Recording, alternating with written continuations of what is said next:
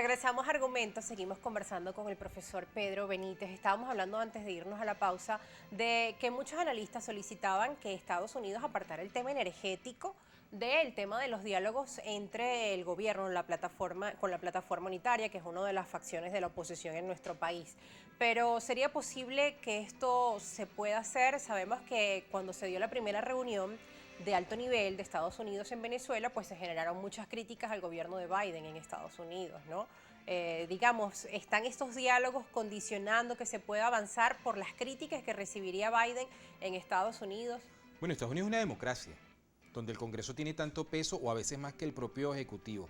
Lo que sabemos es que la mayoría de los miembros, por no decir todos, de la administración Biden está en contra de esta política de sanciones hacia Venezuela o hacia cualquier otro país.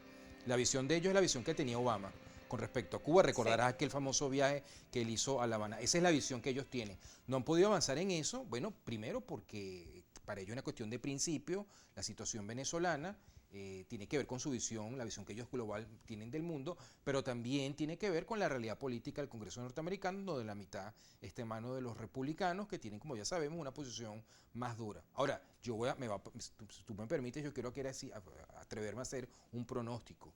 Si el señor Trump vuelve a la presidencia de los Estados Unidos en el 2024, yo creo que él es el que va a levantar todas las sanciones en ese tema petrolero, porque él tiene el poder político para hacerlo, porque él se entendería bien con Nicolás Maduro y porque ahí está el lobby de las petroleras norteamericanas que quieren volver acá y siempre han estado en desacuerdo con este tipo de política, y en la política Bueno, siempre las cosas te sorprenden, lo cierto es que en el dan unos momento giros actual, inesperados. sí, lo cierto es que en el momento actual, bueno, hemos visto un sacudón geopolítico luego del conflicto entre Rusia y Ucrania. Obviamente se avisora una crisis energética, una crisis alimentaria, y los países están tomando acciones para prevenir esto. De hecho, desde el Ejecutivo se hablaba del efecto anti-boomerang, decía Maduro que igual hay enemigos a este proceso de negociación de Estados Unidos con Venezuela, incluso de otros expresidentes de la región y también del expresidente Donald Trump.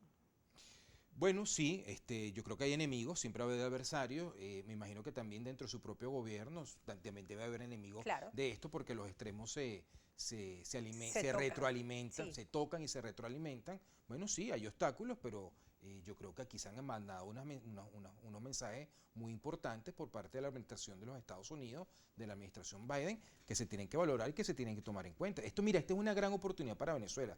Lamentablemente, esto ha sido la historia de los últimos 100 años. La historia de los últimos 100 años de las relaciones de Venezuela con el mundo, y esto creo que se puede aplicar al resto del continente americano, es que nos hemos beneficiado sin querer de desgracias que han ocurrido en Europa. Esto pasó con las dos grandes guerras Sí. mundiales, entonces el mundo se vuelve hacia los países americanos, donde no tenemos este tipo de conflictos, y entre esos países, bueno, hay uno que tenía un enorme recurso natural, que era Venezuela, Con y una que ubicación eh, geoestratégica in- exacto, además era un importantísima para país Estados Unidos. occidental, un país con una Sí. cultura parecida a los países occidentales, y bueno, fue el enorme boom que tuvimos en la segunda mitad del siglo XX en términos de desarrollo, gracias precisamente a la industria petrolera. Bueno, aquí estamos en una oportunidad parecida y ojalá la aprovechemos. Ahora, uno piensa que la administración de Biden está mirando hacia Sudamérica, que bueno, ha tenido este gesto con Venezuela. Sin embargo, se avecina la Cumbre de las Américas, Venezuela no está invitada Cuba ni Nicaragua, lo que también ha levantado las voces de países de la región que no asistirán a esta cumbre si no se invitan a estos países. ¿Cómo queda entonces el liderazgo de Estados Unidos para el continente y cómo quedaría esa cumbre de las Américas con este desaire en puerta? Bueno, ahí siempre van a haber estas diferencias, estos desencuentros, que nos estén asociando con Cuba o con Nicaragua. Por supuesto que a nosotros no nos conviene para nada. Claro. Cuba es la dictadura más longeva Pero que son ha países tenido el cercanos con continente Venezuela, americano. países amigos del gobierno de Bueno, Venezuela. dime con quiénes son sus amigos, con quién te relacionas, y te voy a decir con cómo te va a ir. Es decir, yo prefiero que nuestro modelo de país sea Noruega, Suiza, Corea del Sur, o sea, países que han tenido éxito, no países que han quedado atrapados en el pasado producto de esos conflictos políticos. Y te insisto, yo creo que me gustaría dejar este mensaje, la Sí. oportunidad que me estás dando, insisto, tenemos una gran oportunidad y ojalá haya visión política de largo plazo para saber que tenemos una oportunidad histórica para nuevamente rescatar a Venezuela. Por eso es que le preguntaba, ¿no? En medio de esta situación y de esa oportunidad que usted la califica como histórica, cuando vuelve a esa mesa el tema tema de Alex Saab, por ejemplo, uno se pregunta y el venezolano se pregunta qué es más importante en estos momentos para el gobierno, para la plataforma unitaria, cuando tenemos tanto por hacer para atender las demandas de la población. Porque si bien algunos economistas dicen que Venezuela está mejorando, que Venezuela se arregló, pues sabemos que la situación todavía es muy deprimente, que la mayoría de la población está sufriendo, pues el salario mínimo es insuficiente, los profesionales no ganan lo suficiente y muchos se han tenido que reinventar. Tenemos un grave problema de desnutrición infantil y entre los adultos mayores. La propuesta que han hecho estos economistas... El tema de los adultos mayores es muy grave. Es terrible. Entonces, en una de las propuestas que han hecho con los economistas que firmaron la Carta de los 25, bueno, no todos son economistas, pero el buen grupo que está ahí, entre académicos, y este es un tema que me parece fundamental y nosotros no lo tomamos en cuenta. Ellos están planteando una alternativa. Bueno, vamos a utilizar el intercambio petrolero para tener un programa serio que atienda el grave problema de desnutrición que están padeciendo millones de venezolanos. Es un tema urgente que no puede seguir esperando. Ese tema debería estar en la mesa y deberíamos estar debatiendo continuamente sobre eso, cómo mejorarlo. Eso es una cosa que debería ya arrancar. ¿Y eso a quién va a favorecer? Bueno, favorecer al país y a quien está gobernando. Entonces, bueno, ponerse obstáculos, crearse problemas donde deberían haber soluciones, honestamente me parece que es absurdo y es repetir lo que ya vivimos, que fue precisamente lo que nos llevó a esta grave situación de debacle nacional, con 8 años de depresión económica, 4 años de hiperinflación, sin ninguna necesidad. Tanto Gerardo Blay como Jorge Rodríguez hablaban de reanudar esos diálogos con el espíritu de los diálogos de México. Se desconoce si será en México, si serán en este país, en nuestro país Venezuela, pero lo cierto es que distintos sectores de la oposición en Venezuela también están pidiendo que se les incluya en este proceso de negociación.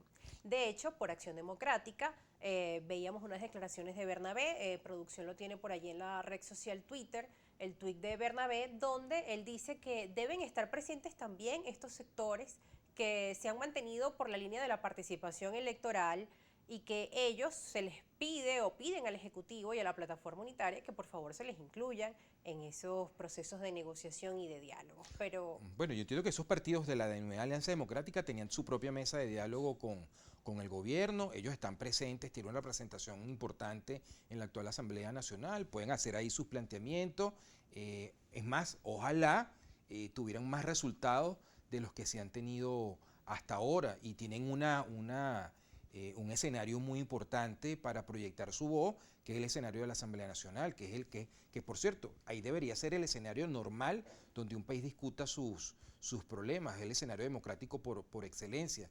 Esto también tiene que ver con la desinstitucionalización que ha vivido el país. Es decir, deberíamos no crear obstáculos y si lo de México se da, así sea con mariachi o sea con joropo, pero que los venezolanos veamos resultados concretos y no estar buscándole largas al asunto, bueno, porque ya los años van pasando y el país, Venezuela se está quedando atrás. Tú me planteabas el tema sobre el liderazgo de los Estados Unidos. Mira, Estados Unidos no provocó ninguna de las 2 grandes guerras mundiales y al final fue el país que más se benefició. Estados Unidos va a seguir siendo durante mucho tiempo el principal líder tecnológico y económico del mundo. Es decir, el liderazgo, más allá de los errores que cometan sus gobiernos, ¿no? Sí, pero más allá de sus errores que cometan sus gobiernos, ese país va a seguir siendo la cabeza del mundo en muchos terrenos durante mucho tiempo. Y si tenemos la oportunidad, no significa que nos vamos ahora a volver en el Estado 51 de la Unión Americana, pero si tenemos la oportunidad de mejorar nuestras relaciones con ese país, con Colombia, con todos los países que nos pueden aportar algo,